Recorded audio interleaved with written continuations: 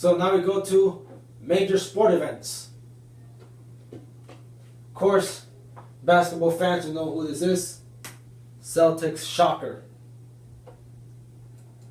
So, the Boston Celtics turnaround in 2007-2008 is one of the most famous in NBA history. After failing to get the top pick in the draft, Greg Oden, Boston fans were left in a state of sadness, as they believed he would lead the Celtics to the championship.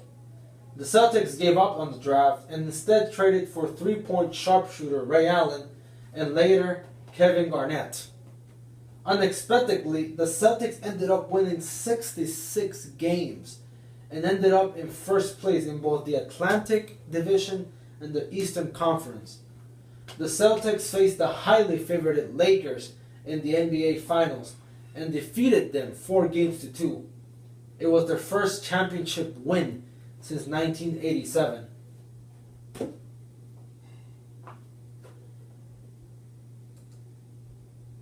And of course, curse reversed.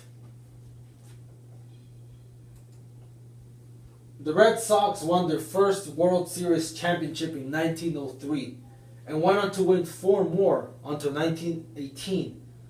The Bambino curse officially began when the Boston Red Sox sold star player right here, Babe Ruth, to the New York Yankees right after the 1918 World Series win.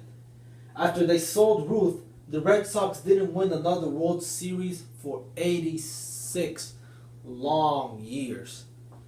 The curse allowed the once mediocre New York Yankees to become one of the best teams in baseball. Yeah, the New York Yankees were pretty bad back in the day, but after this, after they sold Babe Ruth to the New York Yankees, they became pretty good.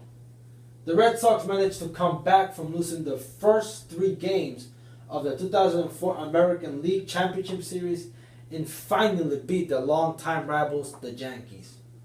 The Red Sox went on to sweep the St. Louis Cardinals 4-0 and won, finally, the 2004 World Series. And of course, this guy, the greatest.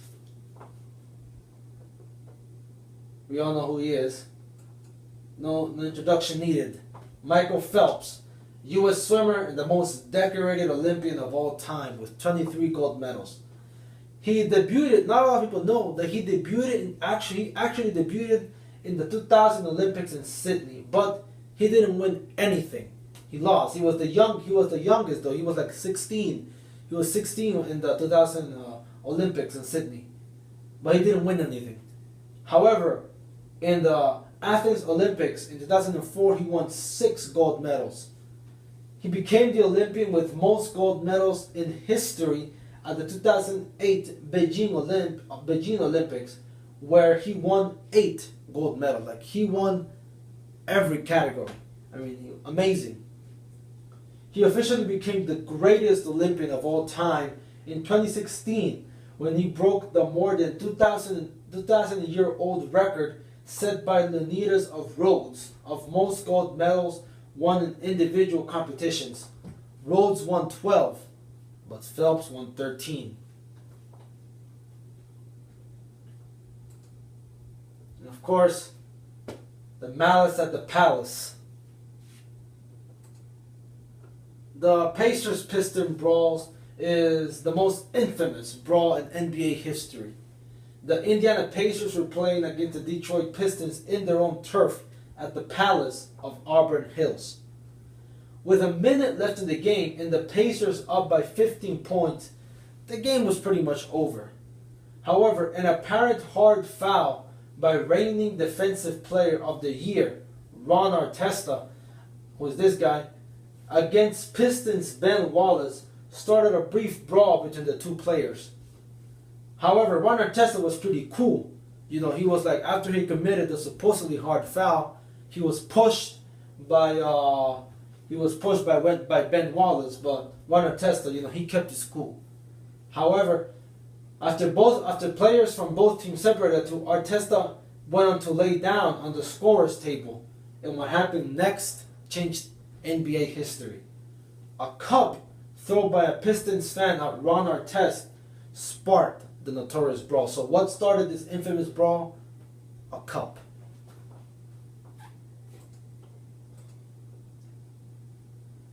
Oh wait, that's not right.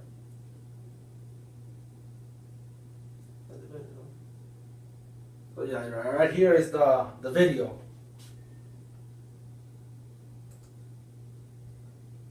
And fun fact, I filmed this video. There's the cup. The video looks old and grainy, but the memories are very fresh. Violence flooded Section 114. Ron Artest and Pacers forward Steven Jackson were at the center of the brawl. A brawl which began in the stands but made its way to the playing floor. Former Piston Rick Mahorn has been involved in a dust-up or two in his NBA career, but on this night, he was playing peacemaker. But it's still a blur because I didn't ever think anything like that would happen. But, you know, it happened, and hopefully it never happens again. But the match that ignited the worst sports brawl in sports history was actually a cup, thrown by a fan with a direct hit on Ron Artest. This is the guy that threw the cup. His name is John Green. We spoke shortly after the melee took place 10 years ago. This is one that will probably stick out in my mind until the day I die. At the time, Green knew he was in trouble. He incited the incident and showed a bit of contrition over what had occurred. And you said you're sorry to anyone, and you said, I'm saying it right now, you know, I'm sorry for anything, any of my involvement that took place that night. What happened, happened. And I can't make that go away, and I can't make it better, but we can hopefully learn from it. On the inside, Green knew he was guilty, but on the outside, he gave the impression it was all a big joke. Did you feel bad at all when Ron Artest is flying up there and goes right by you and attacks the guy next to you? I felt relief. The only thing I regret is not putting my foot out a little sooner. Really tripping him over? That was John speaking 10 years ago. He spent time in jail for his indiscretion and is still barred from the palace today. As a matter of fact, he's barred for life. He's moved to the western side of the state, and in a text reply, he told us he and Ron Artest have patched up their differences. He claims they're friends. Quote, we have both beat ourselves up a bit through the years, but we have taken it and turned it around, and now growing, moving forward. Peace. As for Artest, he went by the name Meta World Peace for a while. Now he's known as the Panda's friend. Why Panda's friend, you ask? It's because he plays professional basketball in China. Panda. Get it? He's the one in the panda shoes. This summer, Larry King caught up with the former Meta World Peace. If you could win a championship for any city, what city would it be? Detroit. Because Of the brawl, and I just don't know, it would be an amazing story. In total, the malice at the palace resulted in player suspensions totaling 146 games. Those suspended players lost a combined total of $11.5 million in salary. Artest's suspension, 73 games regular season, 13 games during the playoffs, is the longest ever handed out by the NBA for an on-court incident. It's been 10 years. He's absolutely out of his mind. Nearly 1,000 games later, Jennings lost it. Oh, he hit it! The NBA moves forward. Players play, fans cheer. But nobody will ever forget the malice at the palace. We have great fans, but they really don't deserve to be remembered for what happened that night. And I don't think, like you said, Bertie, I don't think anything like that's going to happen anywhere in the league ever again. Certainly not here. And the NBA likes to point to the fact nothing has come close to being like that night ever again. But we also want to let you know the NBA made no changes to their rule book as a result of that fateful evening. So, yeah. Ron Artest, or as he's known today, Meta World Peace, actually currently plays for the Lakers. So he wasn't barred from the NBA, he still plays.